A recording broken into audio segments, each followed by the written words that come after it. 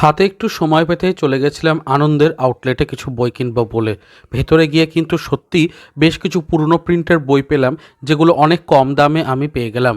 বর্তমানে ওয়েবসাইটে চেক করলে কিন্তু সেগুলোর দাম নতুন প্রিন্ট হিসাবে বেশি দেখায়, কিন্তু এখানে পুরনো বেশ কিছু কালেকশন দেখতে পেয়ে মন ভালো হয়ে গেল। বেশ কিছু কেনাকাটাও করলাম।